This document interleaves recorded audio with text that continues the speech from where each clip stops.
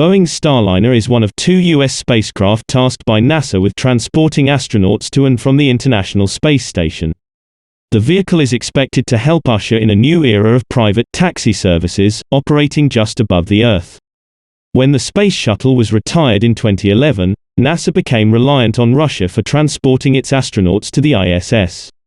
In the meantime, NASA worked on handing this job over to U.S. space companies. The space agency chose Boeing and SpaceX to develop new space vehicles with the intention of purchasing seats on them for its crew once they started flying.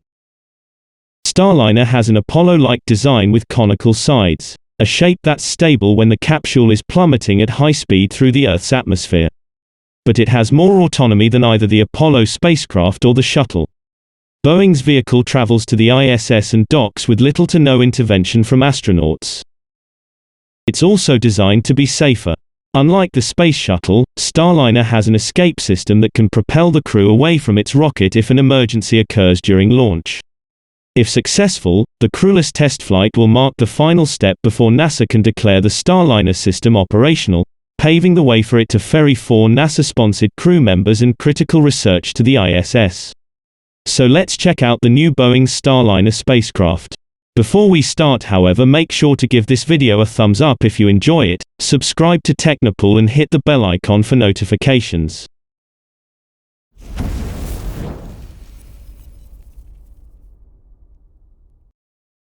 Building Starliner. The spacecraft's full name is Starliner CST-100. CST stands for Crew Space Transportation and 100 refers to the Kármán line, the official boundary of space, 100 kilometers above the Earth.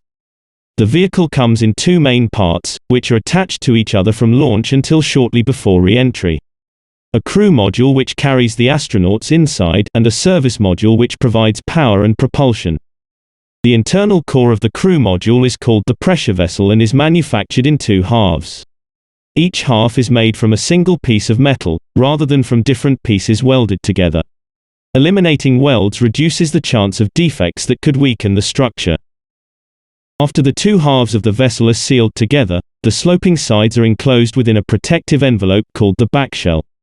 Blankets made of silica and woven glass cover the outside, but areas that receive more heating on re-entry are shielded with ceramic tiles like those used on the Space Shuttle. Second chance for Starliner. The mission is called Orbital Flight Test 2. As the name suggests, this is Starliner's second crack at an uncrewed flight to the ISS. In December 2019, the capsule had originally planned to dock with the ISS for several days before returning to Earth, kicking off what would have been the first operational mission for Boeing a few months later. But on that first try, the spacecraft suffered a problem with its mission timer, got stranded in the wrong orbit, and came home after circling Earth for 2 days. The highly anticipated flight was delayed a little longer after an issue cropped up on the ISS. On July 29, Russia's newly launched Nauka science module docked with the space station. Shortly after, its onboard thrusters started firing, moving the station out of whack. Flight teams in mission control reoriented the orbital outpost, but the incident was enough to delay the Starliner launch a few more days. Now, more than a year and a half later, Boeing is confident Starliner can make it happen. Boeing is very proud to be part of the Commercial Crew Program, according to Chris Ferguson. This has been a long 18 months leading up to this flight, and we've scrutinized every aspect of the vehicle. Trailing SpaceX.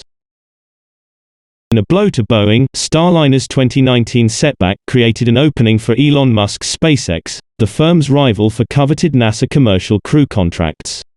NASA awarded its first such contracts in 2010.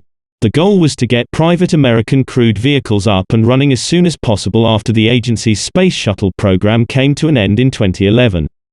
Boeing and SpaceX both snagged those initial contracts, becoming the U.S. space agency's first 2 commercial crew partners.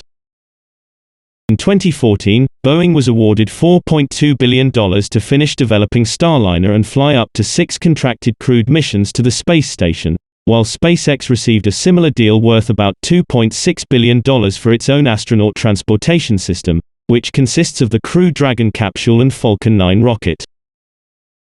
When those awards were first announced, NASA officials hoped that one or both would be operational by 2017.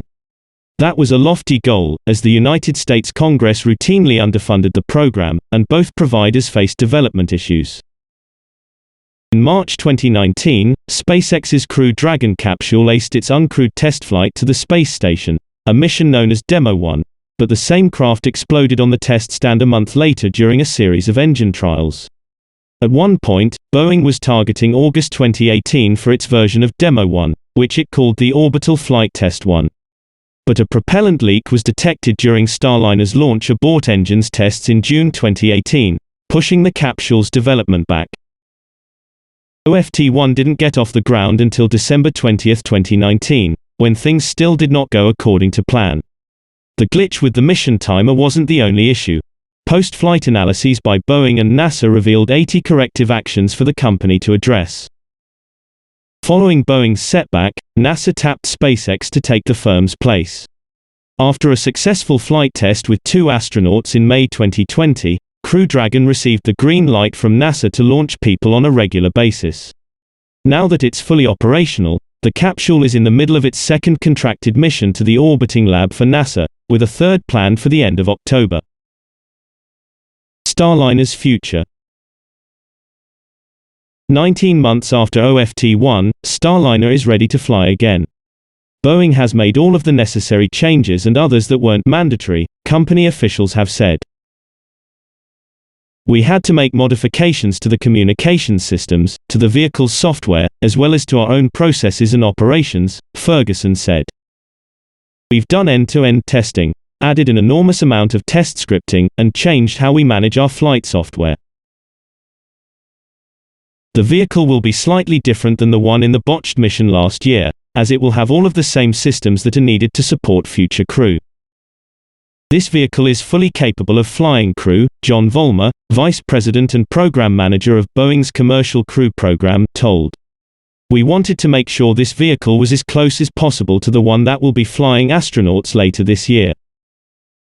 Some of the upgrades this Starliner received were aimed at its life support systems and its flight abort system. In 2019, the Starliner didn't have many of the necessary life support systems and instead relied on sensors on a crash test dummy to see how astronauts would fare during the flight. Armed with that data, they set out to make some improvements, and this time also chose to arm the flight escape system instead of flying it in a passive mode. This will help engineers further prove the vehicle is ready to carry humans. Nicole Mann, NASA astronaut and crew member, said that by having 2 dissimilar spacecraft, NASA is paving the way for a larger goal of moving beyond low Earth orbit and out into deep space.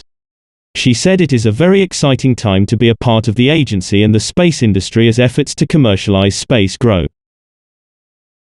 However, if there are any unexpected serious problems on OFT-2, that would cause yet more delays, further hindering the crewed spaceflight redundancy that NASA pushes for. Agency officials have repeatedly stressed that they want more than one operational astronaut taxi, to maintain orbital access if issues crop up with one craft.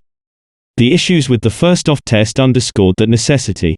Such a scenario could even spur NASA to secure additional seats on the Russian Soyuz spacecraft, something it did earlier this year as a hedge against possible commercial crew delays. We hope you enjoyed this video. Please don't forget to like and subscribe and be sure to turn on the notification bell so you don't miss out on any of our new videos. There are many more future-focused tech videos coming in the near future, so until then stay tuned, and we'll see you in the next video.